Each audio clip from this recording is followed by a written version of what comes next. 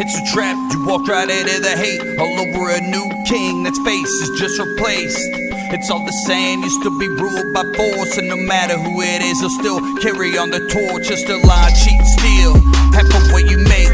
Taxation is steps, it's time to vacate the state.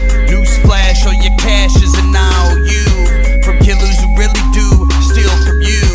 Inflation is a weapon used by every nation who says that they're saving the world through lies. That they disguise and pass off as bravery. Well, I got news, debt is slavery. It don't matter who's madder, a new master don't matter. When they both want the same, the state don't play no games. They got you trying to survive and put you on sides and ready to kill each other. That's conquer and divide. It's all for show, or for hyper control. That's fucking where you been at, boy. And we're back with another episode of Bonesandtubs. We're here with you tonight to give you everything you want to hear and more. And more. We're going to hit you off with a nice Ian Fogg transition from the Three Amigos. Take it, boys. Greeting, Bonesandtubs tribe. Gracious hosts. Wellness check. It is good to take a break every now and again. A break from the madness. From the endless headache. It's hard sifting through all the bullshit to see what's going on underneath.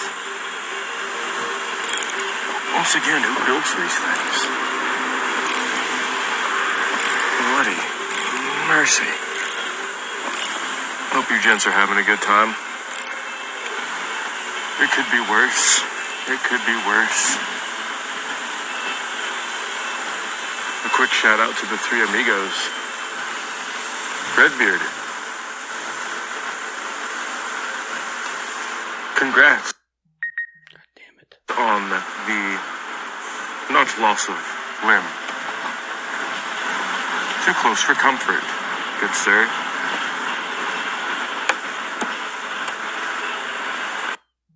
Jesus fucking Christ. Mr. Bond, as always, the tech support is greatly appreciated. Dr. Gonzo, it would behoove you to seek out the space monkey once again. He seems to have gotten lost. Thank you again, gents. And as always, Bonesandtubs tribe, stay safe. It only gets weirder from here. Glad to hear from those boys. First of all, Redbeard, I hope you did not lose a limb. As he said, congrats on not losing a limb. I would like to hear that story in audio form.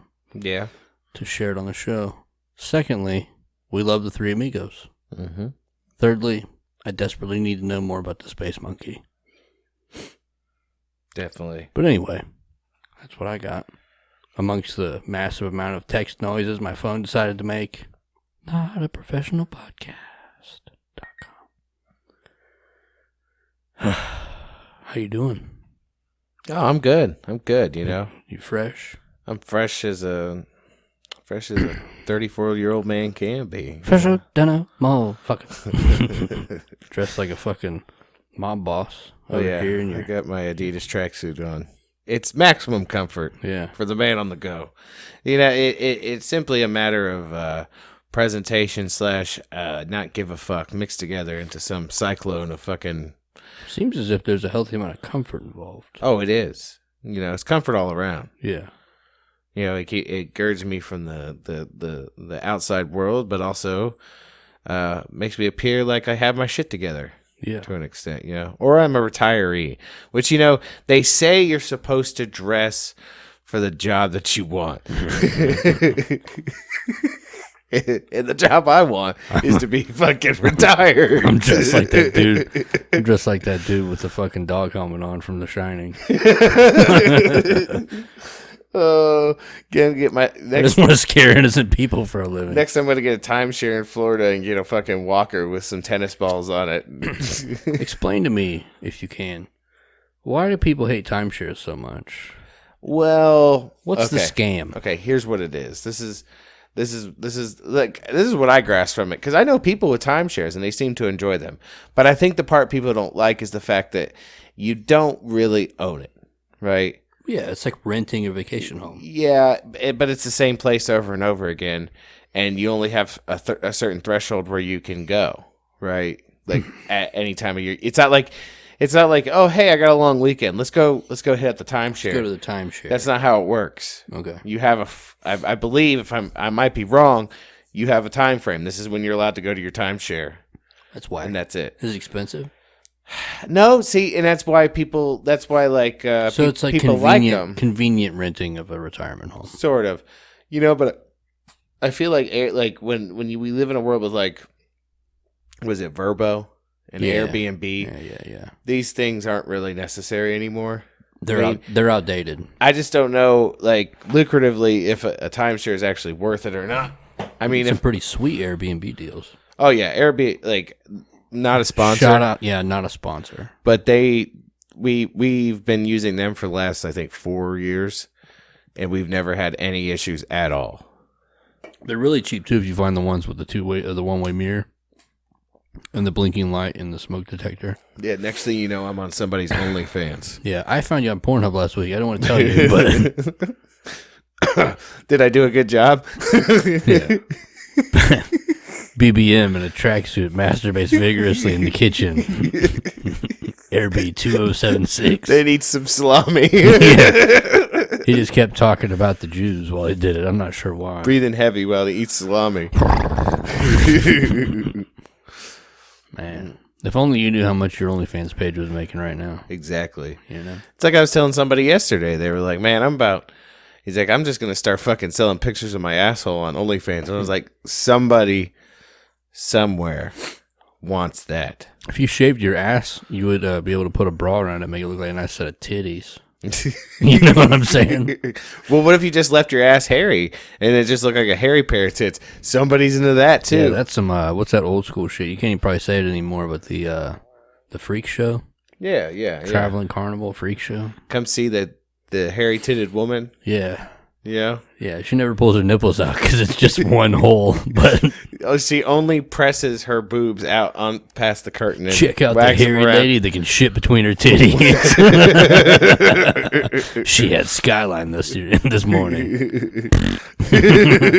Check out the hairy-chested farting tit lady from southwestern Ohio, FEMA District 5. Fuck. Yeah? Sounds about right. You know what I'm doing when I get home? Shit's about to get interesting. Yeah. Hey, shout out to it being 3/22, the first day of the occult season of sacrifice, and there being another terrible shooting that happened. Yeah, that has definitely, these shootings have started to eat up the news cycles again. It's funny because it's like, you get that potato in chief that we got, and we're back at it again. On the time clock of the dark occult, 3/22. Shout out Skull and Bones. As I say, it's either that or their way of trying to get away from the hypocrisy that is the immigration crisis, right? Yeah. Where, they're still doing the exact same things that the administration before them did, and that administration was doing the same thing the administration before that was doing, right? It hasn't changed. Nobody's changed anything. The only difference is that regime changes, and now you don't have people like AOC doing photo ops outside of these detention centers. Crying like a bitch. Yeah, even though they're doing the exact same things. You know what they are doing, though, are some green screens of the president. Yeah, I saw that. I saw that. I watched one where he was apparently getting out of his presidential motorcade in front of the White House, getting ready to go inside, and he decided to have a tete-a-tete with the press corps. He leans in with his mask on because, he doesn't want to spread that thing. Yeah. Because that thing's not children's legs. Mm-hmm. But then he leans in there and he goes to take a question. They're asking him a question about the immigration centers, and he moves his hand, and it just happens to go through the microphone. Microphone wasn't there because there's a fucking green screen. Nice. Next thing you know, the one time he's on camera, not on a green screen, he's falling upstairs. Putin's like, yeah, keep talking shit, bitch. Let's finish this conversation on live TV. Yeah, he said, it's Putin saying he wants to have a debate with him. Like, Putin, he might be a part of this shit too, but he knows what's up. Listen, Putin. Strange times I find myself agreeing with the Russian president. You know Yeah, what I mean? man. Yeah. Strange bedfellows, you know. I know, it's wild. Someone was asking me about that the other day, and they're like, "What do you think about all the the Russians and everything like that?" And I was like, "Here's what it is." I was like, I'm under the impression that the powers that be, the reason why, more or less, why Russia is our enemy and why certain countries are our enemy is because the central banks don't have a stronghold in those countries. So vis-a-vis, they're our enemy, not because of any actual legitimized reason. Because you could say, oh, well, they're an oppressive regime and they hurt people for just the way they are and da-da-da. And it's like, we're friends with people that do that too. Yeah. Pretty sure Saudi Arabia still does some atrocious things, and we're best buds with them. When was the last time we sent $1 billion check to a country that fucking launched gays off buildings? You know, the USA does it all the time. It's fine. No problem. So, that being said, it's not about morality, you know? Oh, no. So, and I always tell them, I was like, think about it. I was like, the Russians have been fighting back on the central banking system for years, and so have the Chinese and Iran and all these other. And like I said, this doesn't. I'm not excusing them for their supposed atrocities they've committed. You know, there's a lot of back and forth about how legitimate the genocide of the Uyghurs is in China, and whether it's actually real or not. Right. Which, you know, I think unfortunately that's gonna be a matter of hindsight more than anything else. I mean, you could say the same thing about what there was only hearsay and rumors about what was going on during the Holocaust. Until we actually, you know, invaded Germany and started finding these camps. I just wonder if there's any Falun Gong left. It's possible. I'm sure that that was before Trump. No, there's right? still Falun Gong left because there's some in the U.S. too. Oh, I'm in China. Oh, okay. You know, they got them premium cuts of meat. It's probably why they moved on to the Uyghurs, because they're Muslim. And Muslims have very strict dietary habits that would probably be copacetic to organ harvesting. Yeah.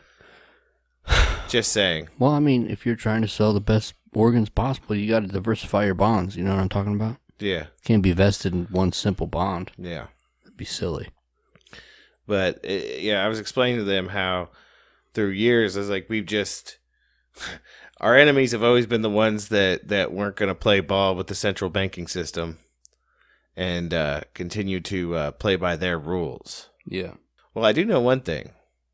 Couple things. One, back to the shootings that have been going on.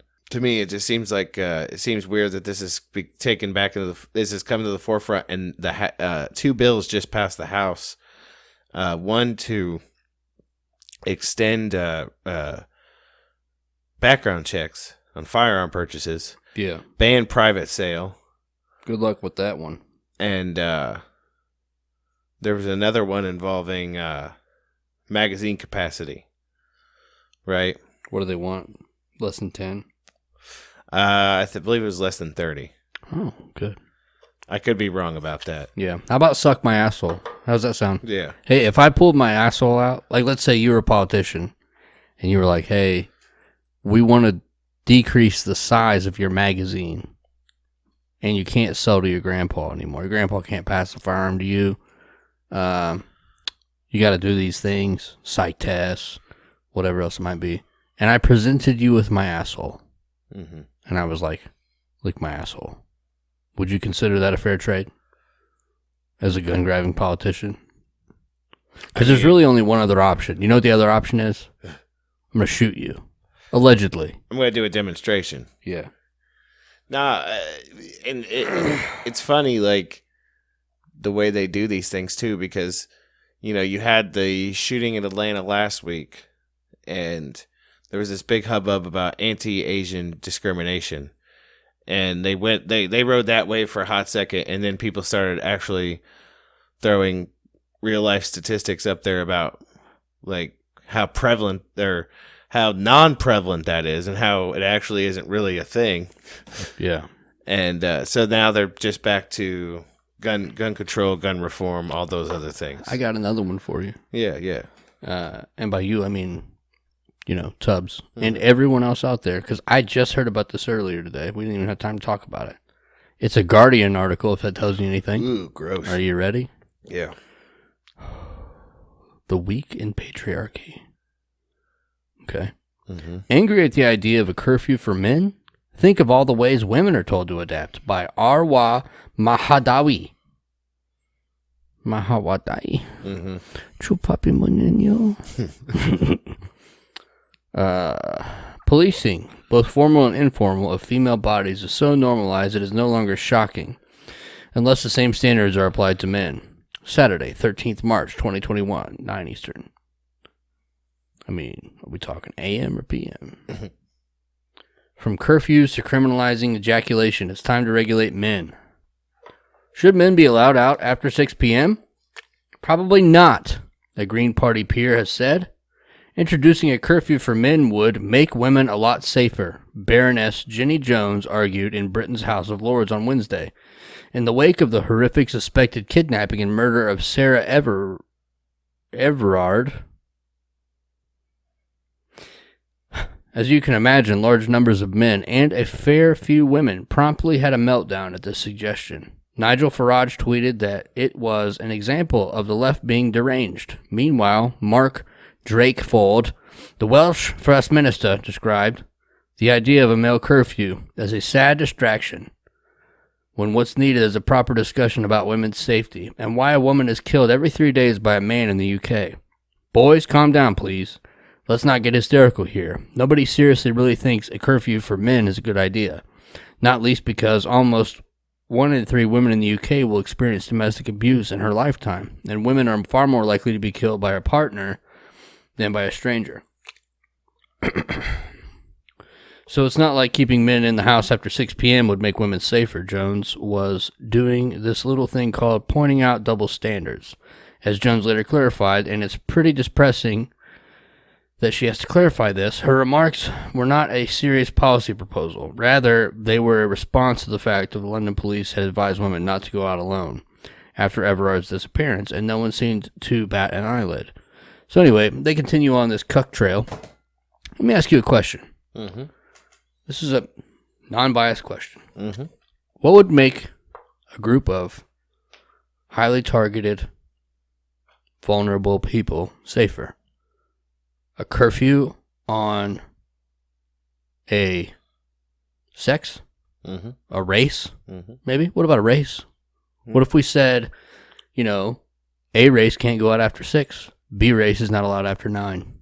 They're not going to do that. No. But they can shit on white men or just men in general. But anyway, would that make them safer?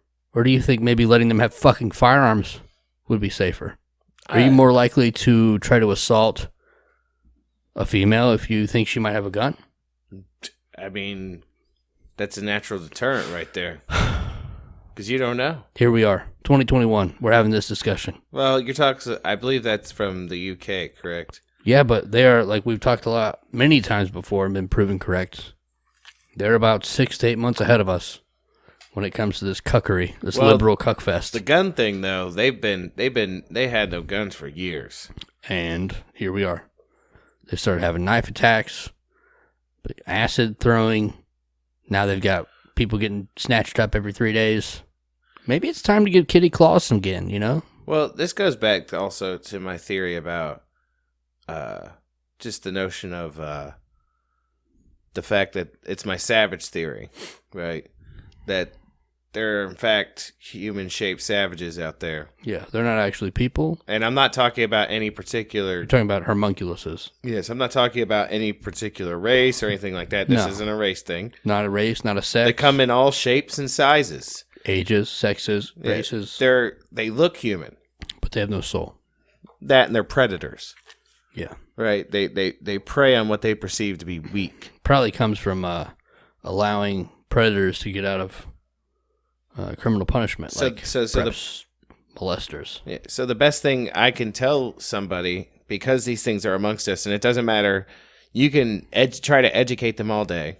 Try to tell them, don't hurt people, don't rape them, don't try to hurt, don't do something beyond someone's consent, right? Right. You could preach to them all day, but the words mean nothing to them. Nothing. Because they're savages. It's like I had that conversation with Battlebun once, and I actually, because at first she thought I was just victim blaming, right? Yeah. And thought I was just being misogynist, and I was like, no, I just understand that there are those amongst us who aren't people. They don't think clearly. They lack the general human compassion that it requires not to, rape people or hurt them or rob them or do things like that. Take advantage. Exactly. To steal. Yeah. They're thieves. Human-shaped savages. Right? Yeah.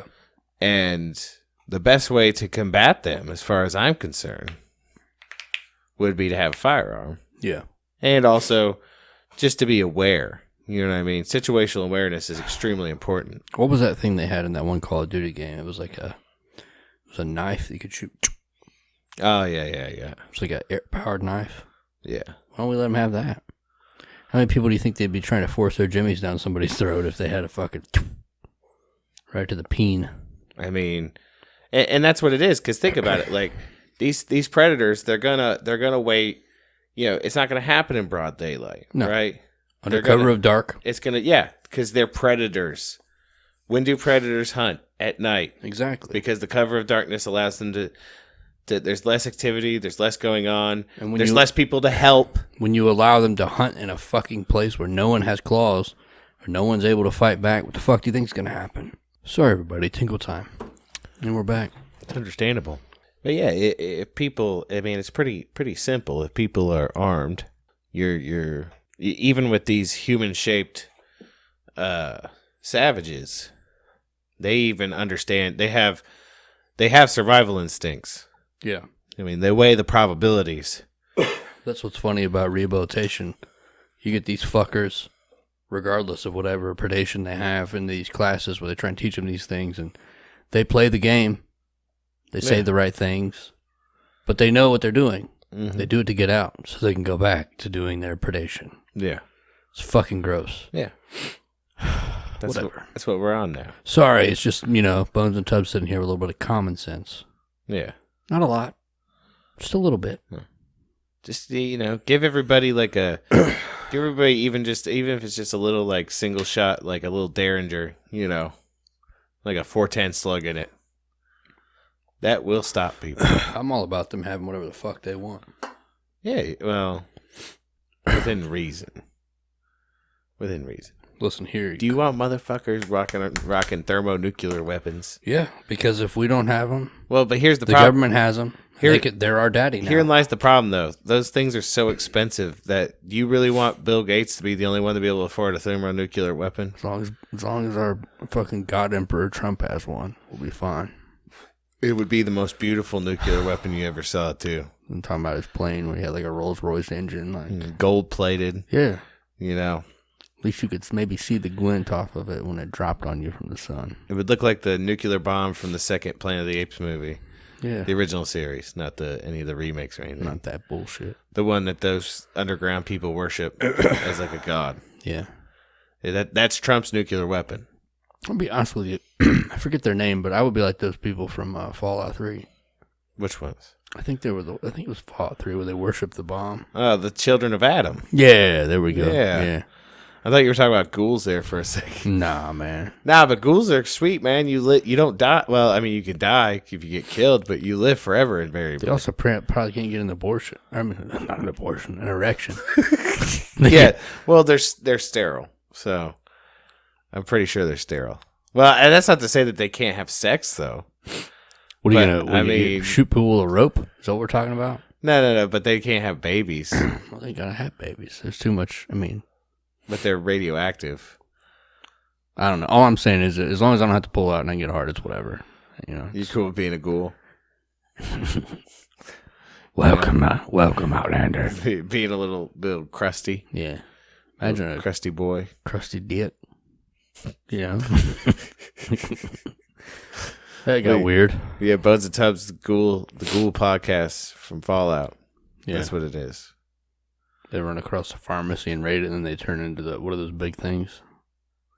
Fucking super mutants? Yeah, turn into a super mutant. Whatever they might have found in a pharmacy. I don't know. I'm not. Yeah. I get it. Who can say? So what's our topic today? So we were going to talk a little bit. This was brought to us. What's Tom's nickname? The demigod of pool. The demigod of pool. He wanted to hit on us a little bit about something I never heard of, and he hit me with it, and I was like, what the fuck is this shit? Involving Valiant Thor. You ever heard of that before? I have, but it's been long lost, so I want you to tell me more about it. Okay, so we will discuss. Supposedly, Valiant Thor was a Venusian. And that means a person from Venus. Yes, who came to Earth on a 3-year mission to enlighten humanity and to warn us about the nuclear bomb. Now, whether this is true or not, that's still kind of up in the air. But we've heard things like this before. Shit, we might have to do a second episode. Yeah? They got a whole book on it on Amazon, or on Audible. Really? Yeah. Sorry, continue. But he supposedly was sent from Venus to enlighten humanity and deter us from nuclear war, and he worked with the Pentagon. Rocking an IQ at 1200. But so I'm gonna read from Skeptoid, right? And they kind of question whether this is real or not. I mean, it's called Skeptoid for God's sake. Of course. The story of Valiant Thor did not exist until 1967, when it was revealed to the world in the book Stranger at the Pentagon by Reverend Frank E. Stranges, and several other books in the decades since. Stranges was a traveling Christian evangelist who also wrote books about UFOs and gave lectures at UFO meetings. A deeply religious man, Stranges believed that aliens visited the Earth in order to spread the word of God. See, that's where I'm kind of like, ugh. Like, why would they be coming here and talking about Jesus? What if it was Jesus on Venus, too, what if bro? Jesus was Venusian? What if they're all the same planet? Because we can't leave. Just frame of mind. In Stranger to Pentagon, he wrote that he was concluding a sermon one day when a mysterious woman showed up and invited him to the Pentagon. There he was introduced to Valiant Thor, an alien who had come to Earth to offer us all the technologies we'd ever need, plus to caution us about nuclear weapons. The two became fast friends and spent much time together, during which Stranges learned Val's whole story. Val and his companions were from Venus and had landed on March 16, 1957, with a 3-year mission to invite the Earth to join the interstellar community who had their eyes on us ever since the atomic bomb blast in World War II. Val was brought to meet President Eisenhower and Vice President Nixon, who put him up in an apartment at the Pentagon. He traveled and met with many government officials. Then, at the end of his mission, he dematerialized on March 16, 1960. Bye, bitch. Science fiction fans will immediately recognize this as the plot to the 1951 movie The Day the Earth Stood Still, but that's just the first of many red flags festooning this tale. This is why I said it's from Skeptoid. They're like, festoon. Perhaps the largest being that we now know that Venus is far from being inhabitable by any life. Well, that's what we're told. Yeah, don't listen to these motherfuckers, man. And plus, I was talking to Toe Beans about this the other day. There's a great sci-fi movie that kind of touches on this notion of what we perceive as what's life and what can survive, right? That, or have you been there? What if they're all the same? There's a movie called Europa Report, right? Mm-hmm. Where a manned mission to the moon Europa, which I think goes around Jupiter, maybe. Sounds right. Could be wrong. It's a moon of some other planet in our solar system, right? Shout out for not working for not a space agency. Yeah. So they land on this, and it's got like ice on its surface. Yeah. And they think it's just like all ice, but when they land, they realize that it's actually there's like thermal activity underneath that ice. That is actually warm water underneath there, and they start drilling, and then come to find out that even in this hostile environment, something has the possibility to live. Yeah. It's kind of a horror movie. Well, I mean, we talked about space snakes in the last episode that I still haven't uploaded yet. So, basically, this idea that life on Venus isn't possible, how do we know that? How do we know that for sure? Well, we don't. And even with their bullshit science, we don't know. They could make up some bullshit. What if every planet could sustain life? I mean, it probably possibly seen from Mars, which is remains to be seen if it actually is. Yeah. let's just say hypothetically that Mars is a desolate wasteland, right? Yeah. But that's just on the surface. Well, you know the one story that I like the most? What's that? You've seen the one that they whitewashed with the newest satellite where they had the face of Mars, which was a giant statue head laying facing upward? Yeah. Was that we actually came from Mars as a race of humans, and that they were escaping complete nuclear desolation. It's possible. I mean, who the fuck knows? I'm going to be honest with you, I don't trust anything they tell me. But the thing about it is that even if it is desolate on the surface, that doesn't mean we know what's going on underneath the surface. If they're more advanced than we are, wouldn't it make sense that they either had a cloaking device to cover up the top of the planet or they went under the ground? I find sometimes like certain tracks of scientists to be so incredibly arrogant. Yeah. I mean, like I read just the other day, there is a cave. It is the deepest place on the earth where they've found life. Yeah. Beyond the oceans, right? Mm-hmm. This cave in Romania, it has 32 different species of animal that are not found anywhere else in the world. Yeah. Okay? Science is such life found a way all the way down in that fucking cave where there's no light. Science is such an arrogant cockhole. Like, look at anybody out there can go and look up the story of Graham Hancock and tell me that through his experience, science is not the biggest load of bollocks and bullshit you've ever seen. Well, because they covered him up all the way. I can't even. Here's what it is. I can't. He's say a trailblazer. Science is 100% nonsense. But the problem is, it's an established hierarchy, and you're not allowed to introduce new ideas if it doesn't fit the mold. Until you can't introduce a new idea until you have all but proved beyond a shadow of a doubt that your conclusion is true. Right, but I mean, we're still working on things like the theory of gravity. The theory, like they're still trying to deny that we live in an electrical universe. And germ theory. That, and I think they have the shortcoming a lot of times of being very, very nearsighted. Yeah. Right. Like, let's take case in point. Let's take something hot button issue, climate change. Right. Yeah. Okay. I think that they are so they cannot see the forest for the trees on this one because like they can or they won't. It's one or the other. Yeah, for sure. It can't be just one. It has to be one or the other. It's a giant set of blinders in a whole industry. Because the thing is that it's not to say that the climate doesn't change. The climate's always changing. The climate changes on all planets all the time. It's everything to do with the sun. But it goes back to the whole thing about how they come to the conclusions about like what temperatures we're going to be having and stuff like that when they're only using 1% of what's going on with the sun's weather to determine what's going to happen to us. If any at all.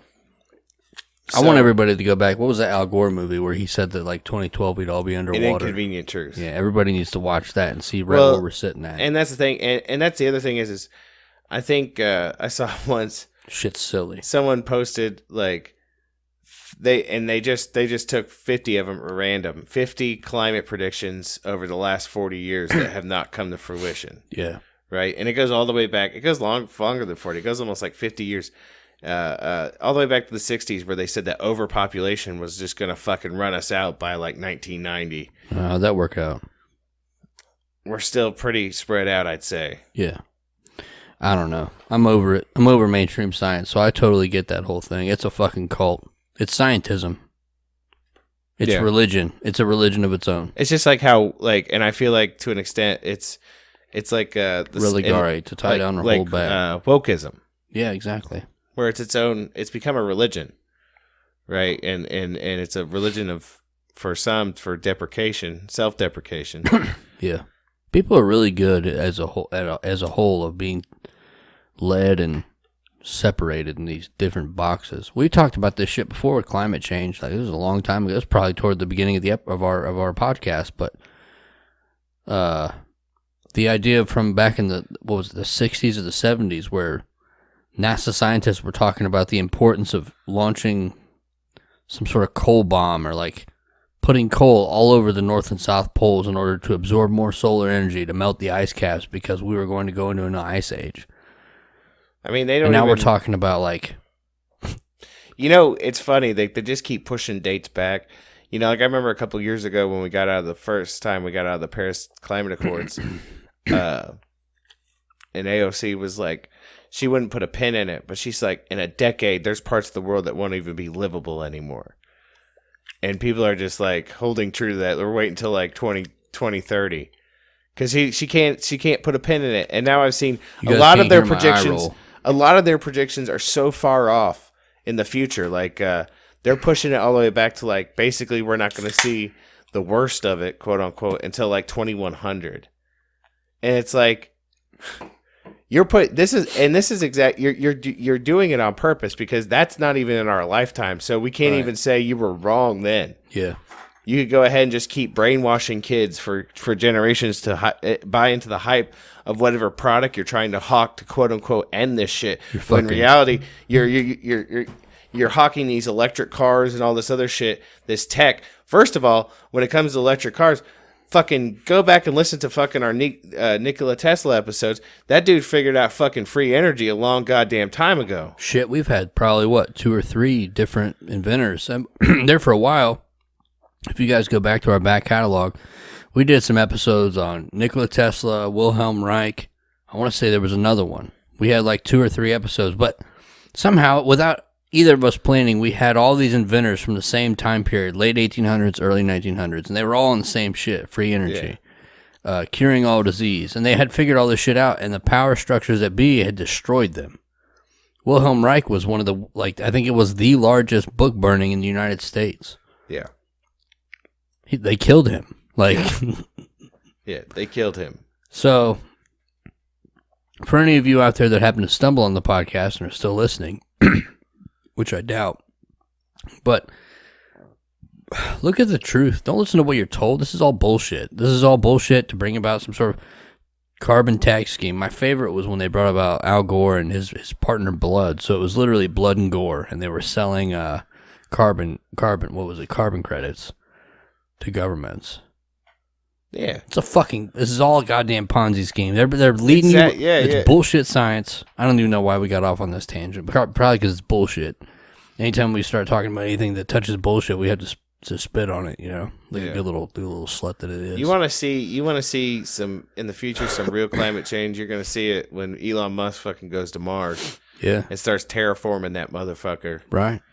I think they've already started. I think that's back when we were kids. I think we were in our teenage years, probably early 2000s, late 90s, somewhere in there. Yeah. The planet Mars changed color. Remember that? We've talked about it before. Yeah. But that's terraforming, bro. Yeah. They started a long time ago. It's already happening. It's been happening. But, well, I know why we got on this tangent, because we were talking about the fact that they said in this article that Venus is incapable of supporting life. Everything they say is a lie, and we're back. And it goes back to what we perceive as what is organic life. This is what we're talking. We're talking about carbon-based life here, right? Wasn't it in California a few years ago, back in the second Bush administration, first Obama administration? They found that organism in California that wasn't a carbon-based life form. It was a arsenic-based life form. Yeah, arsenic. Yeah, So there's things out there that, and that's the thing, it goes back, they pigeonholed themselves into this idea that the only way that life can form is through the way that it formed for us. When what if there's a multitude of ways for it to form? What if history is his story and everything they tell us is bullshit? It's possible. I have an article here too, whenever you're done. Well, that's about it, because more they just go on and on. Hold on. Let's not forget.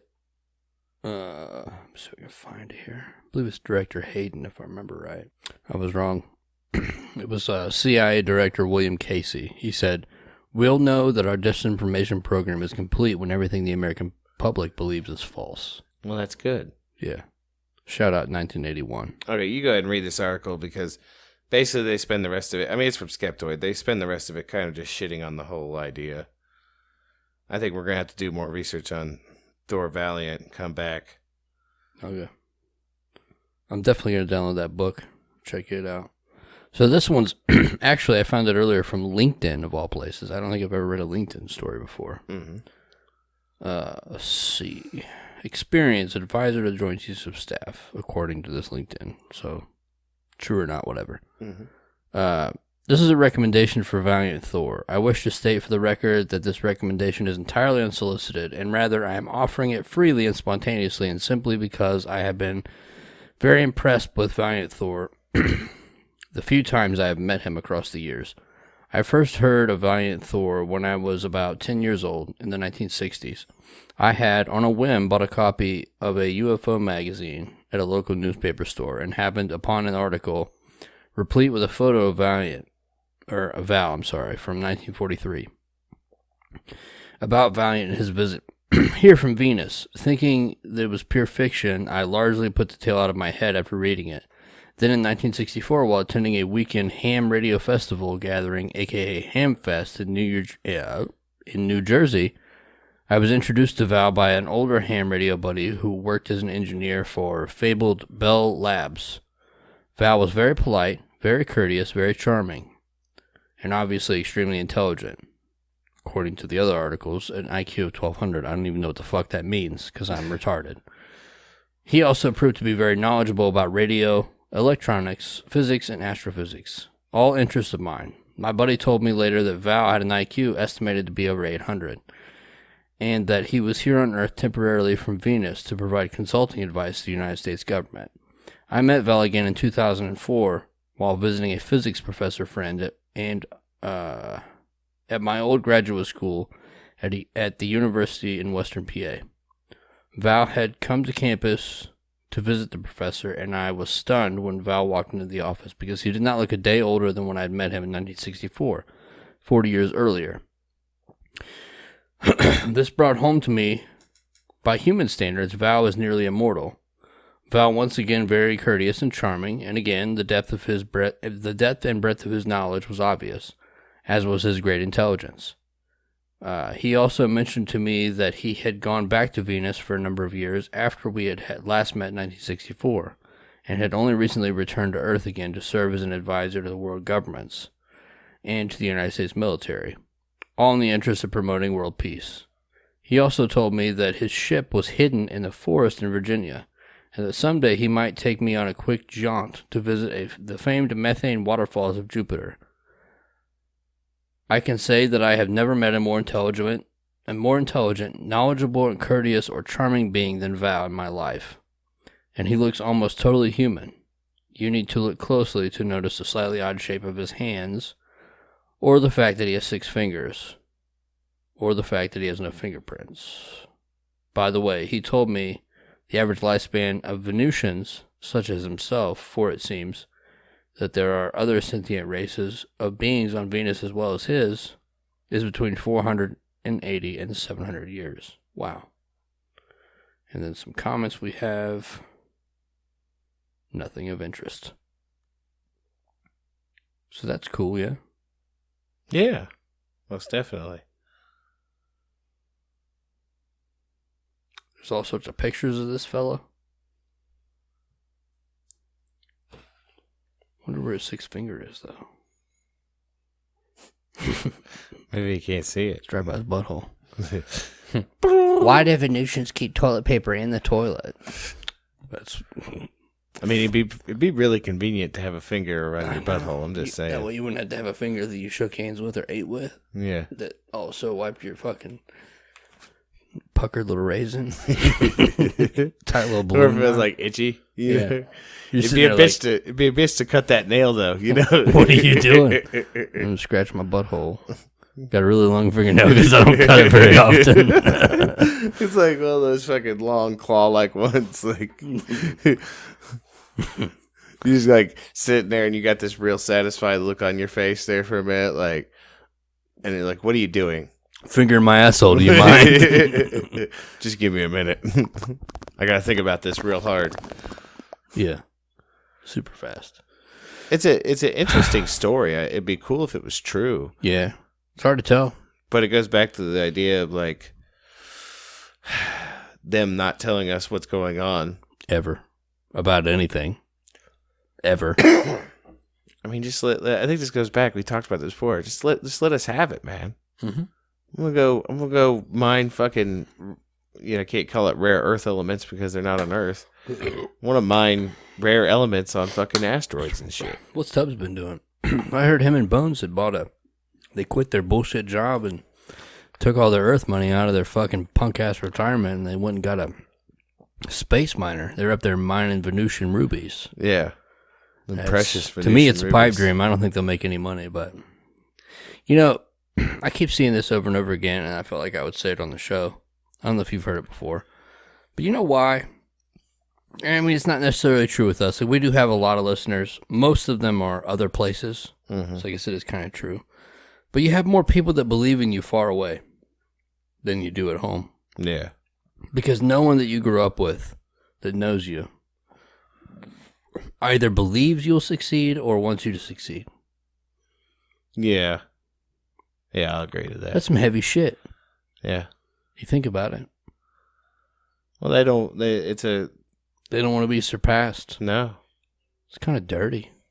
It's the same principle behind people who think it's a good idea to, the only way to get to the top is to push people down. Mm-hmm. If they just looked at science, they'd see that a rising tide brings up all ships. Yeah. How about you raise everybody up? Yeah. Raise us all up together. Get us all out of this crab pot. You don't have to oppress people, no. To get ahead. Quit being an oppressor. Don't be a bitch. Stop being a turd. Don't be a little whore. Little slut. You got jokes, do you? Yeah. Funny man. Funny man. Tell me some jokes. You know I do what I want here. Faggot. Got it in your butthole, don't you? Oh, man. That's where we're at now. I tell you what y'all need to do. You need to go check out JMY5. Yeah, I was talking to him on my way over here to your house. That's cool. JMY5 Internet Studios on Instagram, JMY5.com. Buys art. I wish everybody here listening, just to fuck with his head, would go over to JMY5 Internet Studios on Instagram, add him, and then find one of his posts, and then write, start a fucking Fiverr account.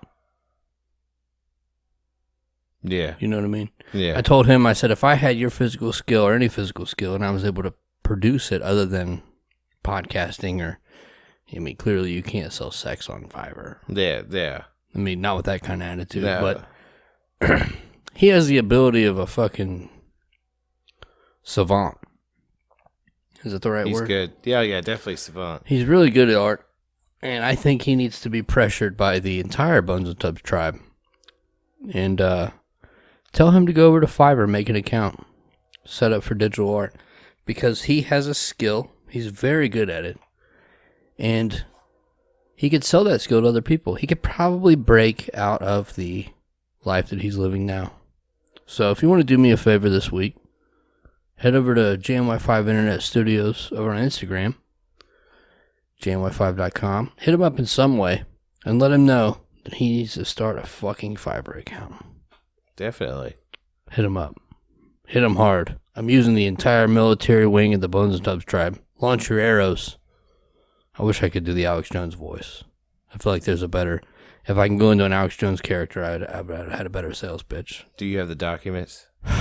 You know I got the motherfucking documents. You got documents. You just put your phone down on a document. I got the documents! I printed those documents! You know what I mean? But also, Blood of the Brave. Yes. Blood of the Brave at Bandcamp. BloodoftheBrave.com. Blood of the Brave on Instagram. You know? He's out there. A.K.A. Kyle. Oh, no. I almost launched a spitter. Blood of the Brave, a.k.a. Kyle Reese on Twitter, and our own resident author, S. James Emhoff. He wrote a book called The King's Fire, Prophecy and Flame. It's available on Amazon. You go ahead and get you a hard copy. If you do that, you get a free digital copy, or you can just buy a digital copy if you're a little bitch. And if you get a physical copy, you could solicit me for an address. I will send you mine, where I sleep with the blinds up, the windows open. I sleep in the nude. You can send it there. Get you a personal message. I'll bring it here. He'll sign it. Yeah. We'll do stuff to it, and then we'll send it back. Yeah. Leave it up to your imagination. We'll slap it, spit on it, Bitch. But yeah, check it out. You can also get a hold of us on Instagram. Instagram.com/Bonesandtubs. You could do long form emails on Gmail. Bonesandtubs@gmail.com. We're also on Facebook. Facebook.com/Bonesandtubs. If you want to, give us a little. We all know you got them stimmies. Yeah. I mean, if you wanted to give us some of your stimmies to help us, quit our fucking bullshit jobs and do this for free, or not free, for full time rather, you could hit us up on Patreon.com/Bonesandtubs. Yeah. Or, if you want to make me personally happy this week, you could go to YouTube.com/Bonesandtubs show. Hit that subby button. Mm-hmm. Click that belly bell for them noties. Yeah. You know what I'm saying? Yeah. No cap. Yeah. No cap. If you guys don't go to fucking YouTube.com/Bonesandtubs show right now and subscribe and hit the bell, I'm going to call you sus.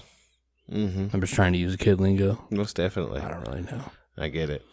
But we'd like to thank y'all for listening. We hope you enjoyed the show. We hope you stay safe between now and next week, and we hope you tune in next time. Well, if you want to hit us up on BitShooter and the other things, they're all in our YouTube description. That's all I'm saying. But we love you. We really do. The bad thing about being honest, the straightforward, and doing that is people know where you stand, and they try to take advantage of you. They take advantage of your good nature. They take advantage of the fact that they know that you're a good guy, you are a straight shooter, and that you're not going to retaliate on them when they fuck you. Well, folks, most of the time I believe that's probably true. But God built me to be here to prove to you that what you have been doing for God knows how many years is wrong. You picked on the wrong man. I'm not tough. You hear that? I'm not that strong. Yeah.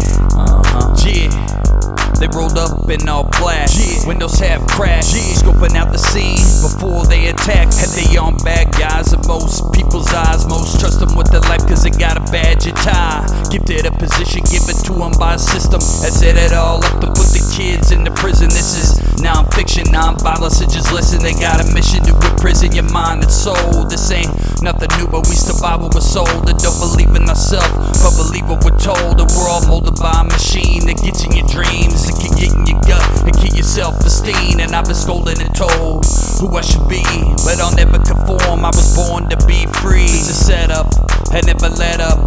From the cradle to the grave, they got you in the cage. It's a setup, so keep your head up. Cause they're selling all that doubt with every word at the mouth. It's a setup, I never let up. From the cradle to the grave, they got you in the cage. It's a setup, so keep your head up. Cause they're selling all that doubt with every word at the mouth. Giving numbers of birth, yeah, that's a fact. Deny it if you want, but I'll do the math. I face facts and understand how to overstand the plan with my mind intact. And I got more than a plan, I got hope and belief, dreams and faith, and know damn well that's what they want to take. It's a weapon.